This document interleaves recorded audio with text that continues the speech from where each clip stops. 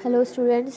पिछले लेक्चर से हम पढ़ रहे हैं कबीरदास जी को। तो इसमें हमने बहुत सारे इनकी साखियाँ पढ़ी जो कि 5 शीर्षक के अंतर्गत थी। साथ ही हमने इनके पद पढ़े जो कि 5 थे, जिसमें से 4 हम पढ़ चुके हैं। आज हम आखिरी वाला पद पढ़ेंगे। तो ये जितनी भी व्याख्याएं हमने पढ़ी कबीरदास जी के, जो पाठ हमारे कोर्स में लगा हुआ है, उसमें इतनी ही साखियाँ हैं, इतना ही उनका जो व्याख्या वाला भाग है वो उतना है। तो आज हम लास्ट वाला पद पढ़ेंगे। दुल्हनी गावहु मंगलाचार। कबीरदास जी के जितने भी पद हैं, इसमें इन्होंने परमात्मा को अपना पति माना है और जीवात्मा को पत्नी, यानी कि अपनी आत्मा को इन्होंने पत्नी के रूप में एक तरीके से माना है और परमात्मा के प्रति उसे एक तरीके से समर्पित कर दिया है। उनके जो परमात्मा हैं उन्हें वो राम कहकर बुलाते हैं, लेकिन इस जो राम हैं, ये जो राम जिन्हें वो कहते हैं, वो अयोध्या में जन्मे जो अवतारी पुरुष जो राम थे, मर्यादा पुरुषोत्तम या दशरथ के पुत्र जो राम हैं वो नहीं हैं। इसके अंतर्गत जो राम हैं वो निर्गुण ब्रह्म का इन्होंने नाम दिया है राम, यानी कि वो ब्रह्म, वो परमात्मा जिसकी कोई आकार नहीं है, कोई प्रकार नहीं है, कुछ भी जिसे सिर्फ महसूस किया जा सकता है। आप अपनी इंद्रियों से उसे देख नहीं सकते, अपनी आँखों से उसे देख नहीं सकते, ना ही अपने मुंह से उसका वर्णन कर सकते हैं। सिर्फ और सिर्फ महसूस कर सकते हैं कि वो है। तो उसी निर्गुण ब्रह्म को इन्होंने यहाँ पर बताया है और साथ ही वो इसमें चाहते हैं, इस पद के रूप में उसमें इन्होंने कहा है कि वो जो अपनी जो आत्मा है, अपनी प्रेमिका रूपी जो आत्मा है, वो चाहते हैं कि उसका जो शादी है, उसका जो विवाह है, वो परमात्मा रूपी राम से हो जाए। यानी कि जो निर्गुण ब्रह्म का इन्होंने नामकरण किया है राम, उनसे ये विवाह करना चाहते हैं अपनी आत्मा का, और इसी को इन्होंने अपने इस पद में व्यक्त किया है। तो इसमें यहाँ पर जो आत्मा और परमात्मा का मिलन होता है, इसे इन्होंने एक विवाह समारोह के रूप में व्यक्त किया है कि जो आत्मा का परमात्मा से विवाह हो रहा है, उसी को इन्होंने यहाँ पर प्रतीक के रूप में व्यक्त किया है कि जब आत्मा परमात्मा का मिलन होता है, उसे एक विवाह के प्रतीक के तौर पर इन्होंने यहाँ पे प्रयुक्त किया है।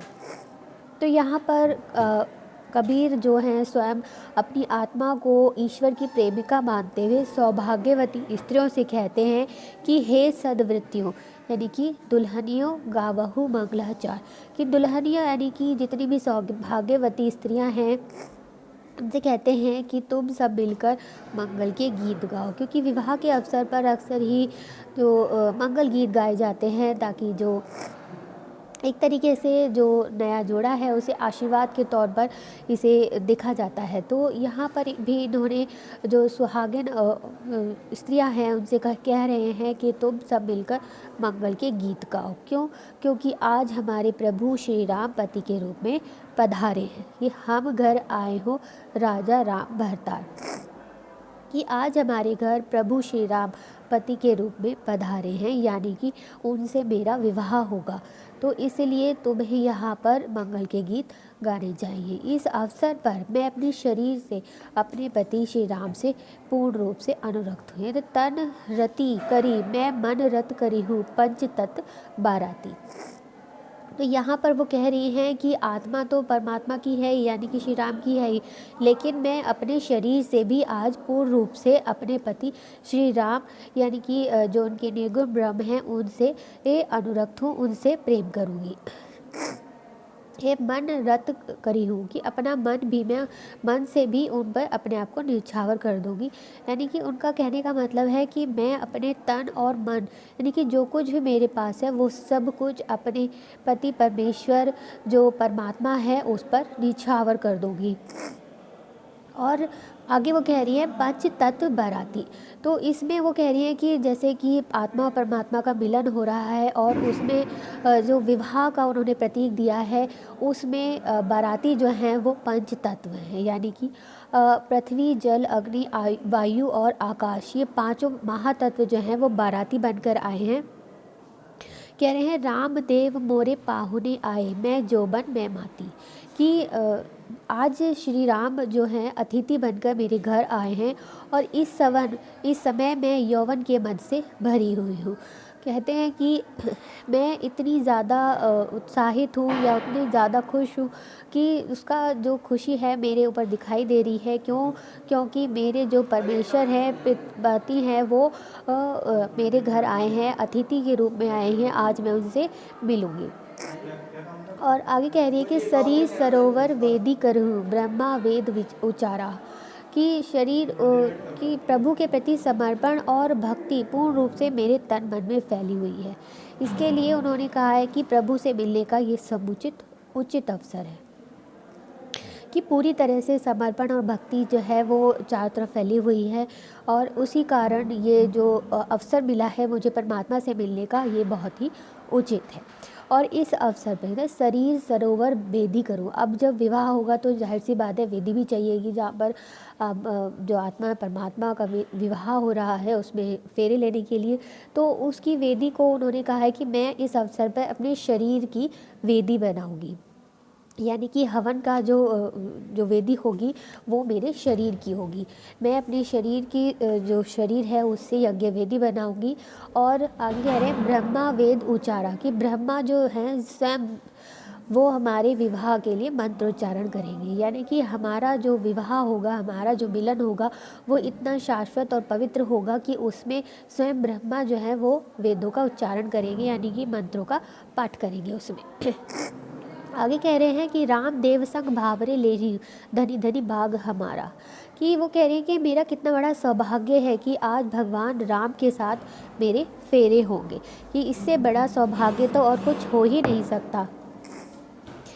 इससे बड़ा सौभाग्य तो आज हो ही नहीं सकता कि मेरा जो विवाह है यानी कि आत्मा का परमात्मा के साथ मिलन हो रहा है, मेरा विवाह आज स्वयं उस परमात्मा से हो रहा है। इससे बड़ा भाग्य और मेरा कुछ नहीं हो सकता। सुर 33 कौतुक आए मुनिहर सहस 88। कह रहे कि इस महामिलन को देखने के लिए 33 करोड़ देवता और 88,000 मुनि आए हैं।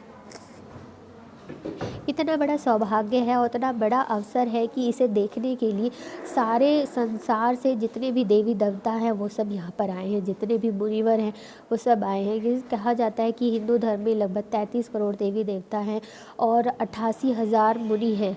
तो उसी को यहाँ पर इन्होंने व्यक्त किया है कबीरदास जी ने, और कहा है कि हमारा विवाह इतना पावन और पवित्र है कि इसे देखने के लिए ये सारे जो देवी देवता हैं वो आए हैं। और वो सारे मुनि जो हैं, जितने भी साधु संत हैं, वो भी इस विवाह को देखने के इच्छुक हैं, इसलिए वो भी यहाँ पर उपस्थित हैं। कहे कबीर हम ब्याही चले हैं पुरुष एक अविनाशी।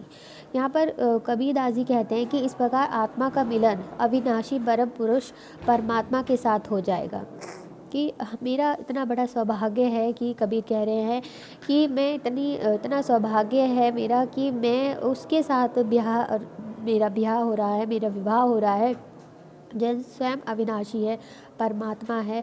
उससे बड़ा पुरुष तो और कोई हो ही नहीं सकता। उस एक अविनाशी पुरुष से मेरा विवाह हो रहा है और मैं जो हूँ उसके साथ चली जाऊँगी। मेरी आत्मा जो है उसके साथ ही चली जाएगी और इससे बड़ा सौभाग्य तो कोई और हो ही नहीं सकता। तो यहाँ पर इन्होंने कबीरदास जी ने एक तरह से पूरी तरह से विवाह की यहाँ पर संरचना तैयार कर दी है और कह रहे हैं कि आत्मा का जो मिलन है वो किसी विवाह समारोह से कम नहीं है। वो परमात्मा से जब मिलन होता है आत्मा का, तो वो एक उन्हें विवाह का प्रतीक उन्होंने मानकर यहाँ पर ये दोहा उन्होंने कहा, ये पद उन्होंने रचित किया है कि ये इतनी पवित्र और सौभाग्य की बात है कि इसमें स्वयं ब्रह्मा जो है वो वेदों का उच्चारण करेंगे। और इसकी पवित्रता बनाए रखने के लिए ही आत्मा जो है अपने शरीर की जो है वेदी बनाती है और स्वयं ब्रह्मा जो है इसमें वेदों का उच्चारण करते हैं। और वो कह रही है कि मेरा जो भाग्य है वो बहुत ही ज़्यादा अच्छा है कि मैं जो हूँ स्वयं परमात्मा से मेरा विवाह होगा। तो और इसकी सार्थकता भी इस बात से बहुत ज़्यादा बढ़ जाती है कि इसमें सारे देवी देवता और मुनि जो हैं वो इसमें भाग लेने के लिए आए हैं और मैं जो आत्मा है वो परमात्मा से मिलन करके उसके साथ ही चली जाएगी। तो यहाँ पर कबीरदास जी ने दाम्पत्य भाव में आत्मा परमात्मा का मिलन दर्शाया है। भाषा यहाँ पर सदुकड़ी है, शैली प्रतीकात्मकता, अलंकार जो है वो सांगरूपक अनुप्रास आदि है और रस जो है वो शांत है। साथ ही गुण जो उसमें है वो है प्रसाद और माधुर्य, क्योंकि यहाँ पर विवाह की संयोजना की है की गई है। छंद यहाँ पर ये पद है। तो आज के लिए इतना ही। Thank you.